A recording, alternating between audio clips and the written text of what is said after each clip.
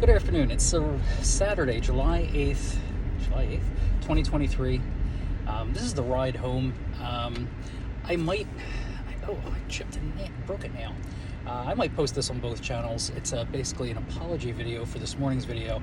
I was tired. I clearly had no idea what I was talking about. I was trying to explain what we did with the duck coop over the weekend.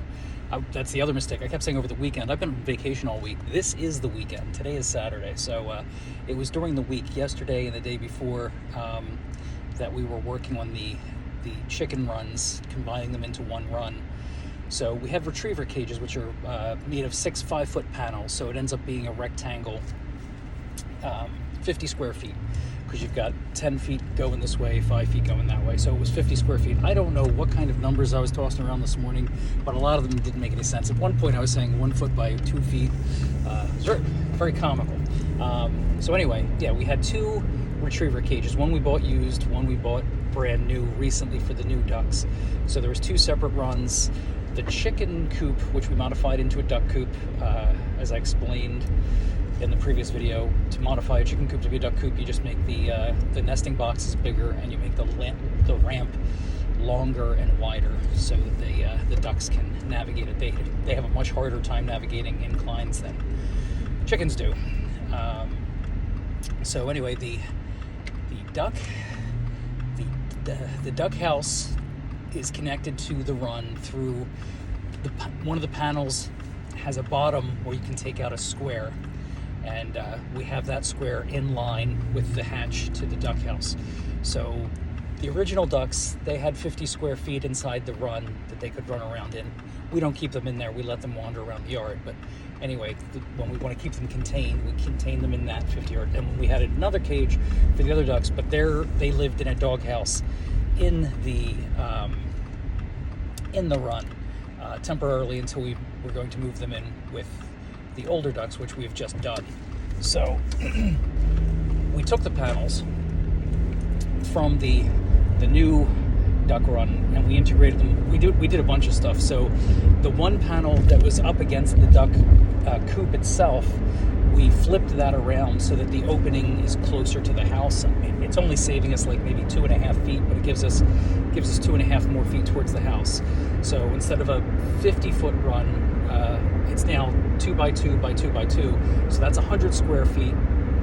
Plus, off the far end, we have another 25 square feet coming off. We came out a little further for where we're going to have the pond area. Right now, we just have a kiddie pool there, but we have the tub that we're going to use for the pond area. So it's 225 square feet of, I was saying cubic feet or cubic meters this morning. I was very, very tired. Still am. So it's 225. Is it 225? 25. Well, that math's just not adding up in my head. Let's see. 10 by 10 is 100. Yeah, right. So it's 125 square feet of run now. Broken up in the middle with just a freestanding wall. It's not freestanding. It's attached to the frame that holds the canvas roof on the one side, and then we have the corrugated roof going away from the ducks towards where the pool is in that little 5-foot by 5-foot area we have added on there. So that's what we did over the past couple of days, and now all the ducks are merged into one, and they all sleep in the big chicken coop. I was going to say kitchen coop. But yeah, so the ducks are now combined. We now have one run.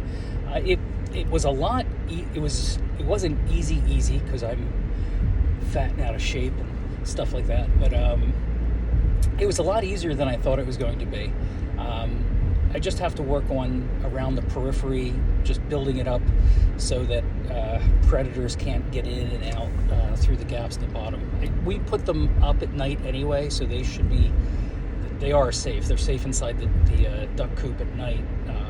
During the day, we don't have that many predators coming through, but we do get raccoons and foxes. Raccoon got one of our ducks, tried to get a second duck, got a wing, so we have a one-wing duck. It's like a $4 duck. The vet bill was like $800.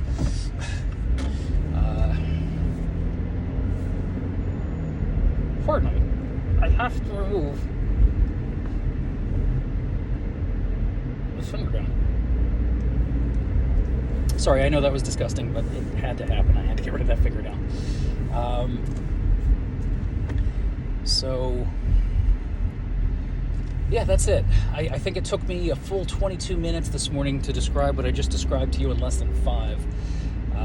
But that's what we did. I was like, so it went. I was like describing it the same way I give directions. You go downtown, and then you go up. Powerball's up to 615 million. You should play that. So that's it. Should I fill another 17 minutes with absolutely nothing? That's usually your key. If I say that, there's not really going to be anything for the rest of the video. You could probably tune out and safely not miss anything, unless you're hoping for a big car accident. That happened a lot on the way in, too. There was some storms yesterday. There was a lot of debris in the road. Harrowing, I tell you.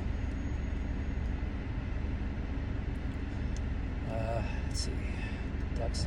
I did actually get in the pool a couple days ago. First time in like actually a couple of years. Me and the wife were using the pool for a few hours. I got a lot of sun. Can't really see it anymore on my face, but I had a nice deep burn going. I still have some on my shoulders and stuff like that, but it wasn't bad.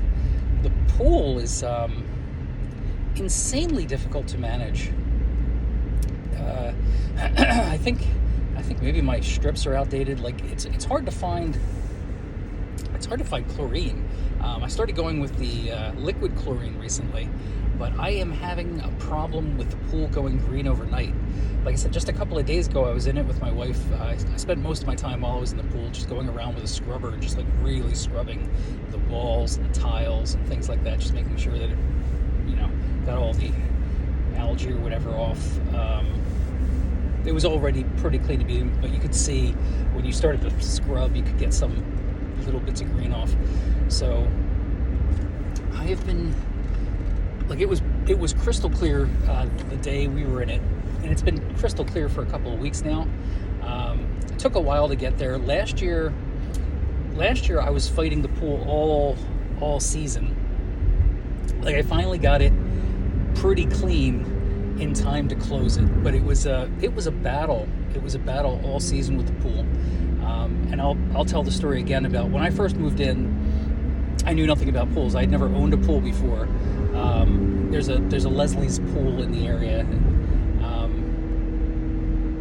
I don't mean to be mean. They're a great place, and I do buy stuff from them, but most of the stuff I find is overpriced. It's most of it's cheaper, available cheaper elsewhere, and the stuff that's about the same price as it would be other places doesn't ever seem to be in stock. Liquid chlorine is an example. Liquid chlorine isn't that expensive per gallon. I guess whatever you think not very expensive is, it's about $7 to $8 a gallon. It's about that price at Leslie. It's that same price at Lowe's, but Leslie didn't have it. So anyway, when I first moved in, the pool was clean. Nobody. Were they living there? I don't think they were living there. The house was empty. I don't know how long it was empty for. I can't remember how long it was on the market before we bought it. But the pool was open and clean. And we did the first year. We had I think I had a professional. Did we open the pool or did we have professionals open the pool? I know the first year we closed it, I had professionals close the pool because I needed to see how to close it, everything you needed to do in order to close it properly.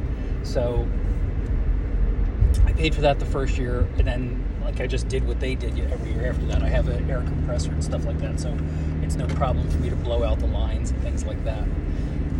But anyway, the point is, the water was clear, and I want to say I went the first couple seasons without doing anything. Like, I may have periodically added chlorine, and that's it. I didn't manage my pH, my alkalinity, hardness, any of that stuff. And I never had a problem. And then one day we went to Leslie's pool with a water sample, because I guess we were there buying something. We might have been buying chlorine, because like I know you have to sanitize it. So we went there, and they I guess they had suggested at one point, they gave us a bottle, and they said bring blah blah blah blah blah, come back with a sample. So I did. So I went back with a sample, and they said, you know, this, you have to adjust this, you need to adjust this, you need to buy soda ash, you need to buy alkalinity up, your chlorine is at this level, it needs to be at this level. So I buy a bunch of chemicals from them, and my pool, which had been crystal clear forever, and my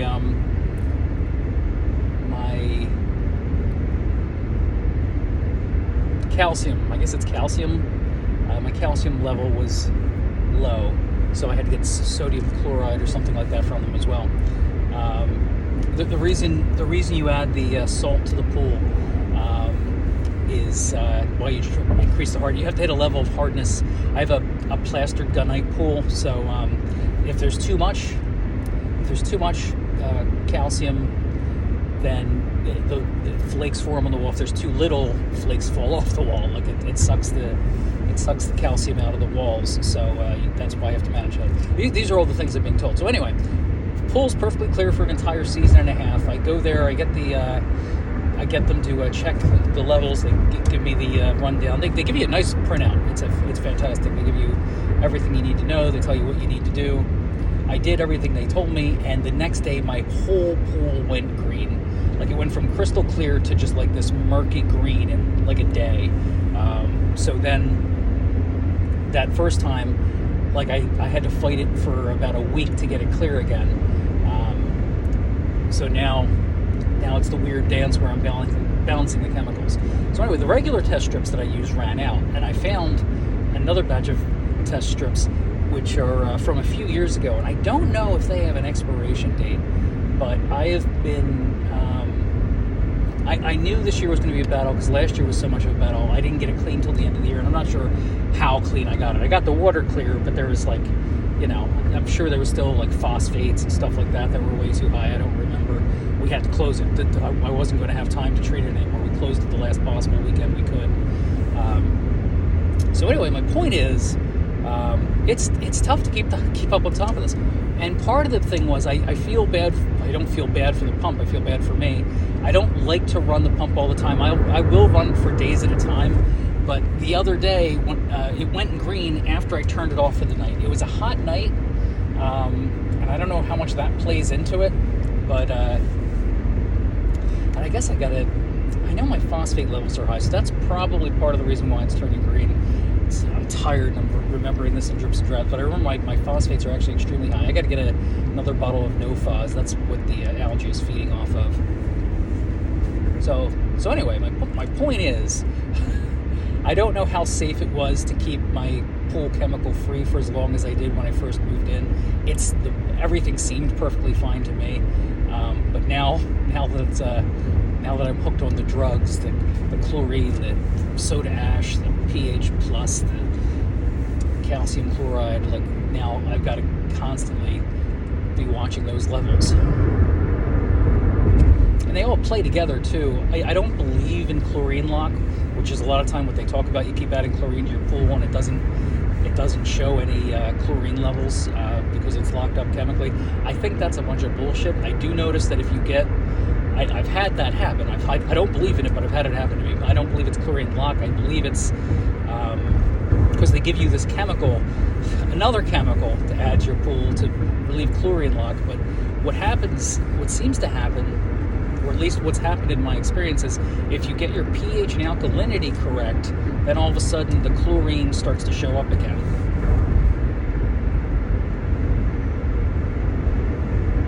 I can't believe I took it out to 15 minutes with that nonsense.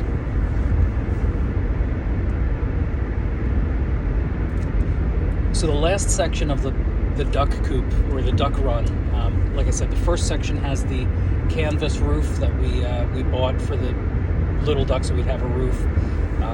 We could have just gone out and gotten panels of the same stuff we used for the second section, the second 50-foot section. It's the roof that used to be on just the original Old Ducks thing. We have that going this way, like I said, towards the pool. And then the last section, what we have is the last section of gate. We've attached that to the top of the coop because we still have the hardware. So instead of going like another wall, we've attached it as a roof on that section. So we now have the only thing we have yet to do, like we've fastened it all down. We've put holes through the shingles or whatever the hell they're on, the corrugated roofing sheets. We've put slots through those. We're holding those down on one end, both ends with zip ties, so they're held in place. The other roof is attached with hardware. It's got those little clamps. It's like a figure 8 clamp. It's hoops on either side, so it grabs a pole, and the nuts in the middle, and it pulls in tight. You get the two. Imagine I've got this going top and bottom, but you get a figure 8. Can't quite do that with my hands; they're not that flexible. But it's two halves of a figure 8 that go together. So that's all attached. There's a couple of gaps at the top we have to cover with hardware cloth, and like I said, I want to run some bricks and boards around the inside and outside of the bottom because it's covering a large area and my yard's not even, so there's gaps. And unfortunately, it has to be that way, at least for the first section, because the fence segments need to be even in order to attach the roof properly. So that leaves me with like some slightly larger gaps around the bottom of the run. Like I said in the other video, when I get home, I'll do a walk around. I meant to turn it into content. When I talked about it a couple of weeks ago, saying we were going to do this, I said I was going to film it or at least show it before and after. There are some before shots of at least the old duck run. I don't think I have any footage of the new duck run, the one we made for the little ducks. But that was only up for a couple of weeks.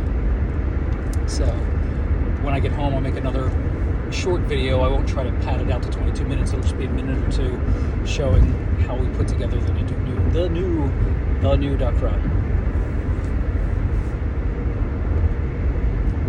I'm also making this video because I haven't posted a video on the second channel for quite a while.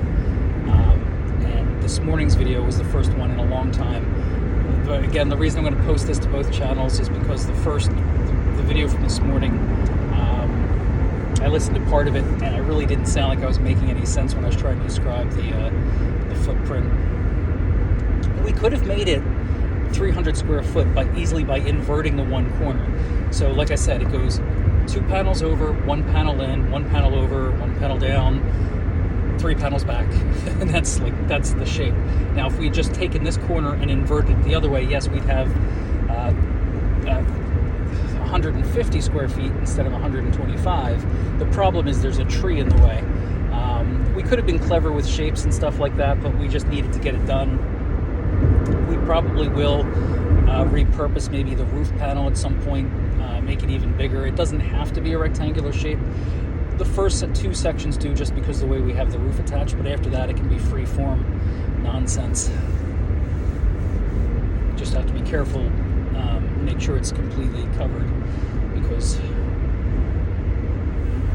things want to get our ducks.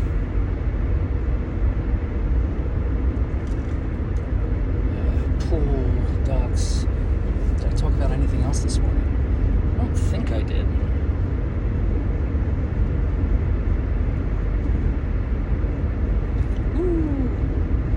So my wife's going to a birthday party for her cousin's wife today. So that we ended up at some stores yesterday, and I was at one point I think we were in Target, and I saw like D&D has become really mainstream.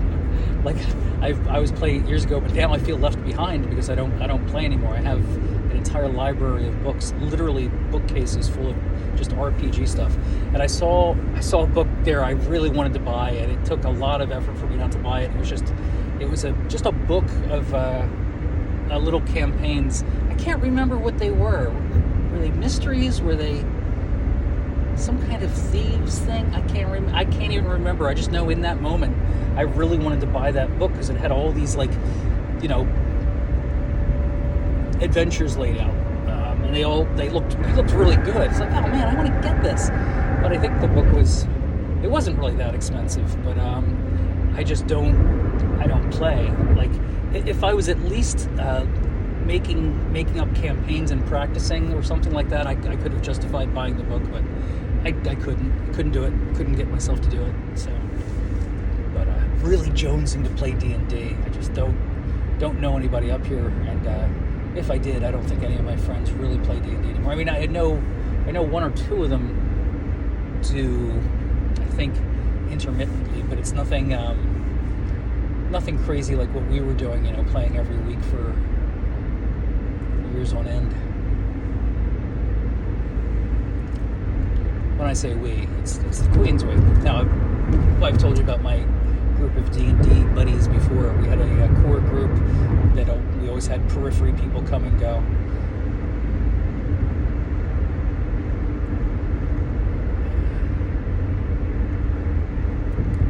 If you've lasted this long, you're down to the last. You're into the last minute. So very shortly I'll be signing off.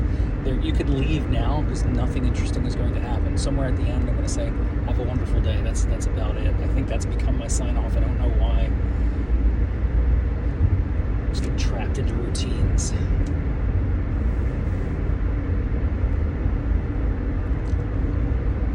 Very thirsty. Mad thirsty. I won't make a second one of these. I know I used to do 7 to 8 videos a day, or at least the days that I was driving, but I don't think I'm going to, I don't think I have the content to do that anymore. Anyway, I'm signing off. Have a wonderful day.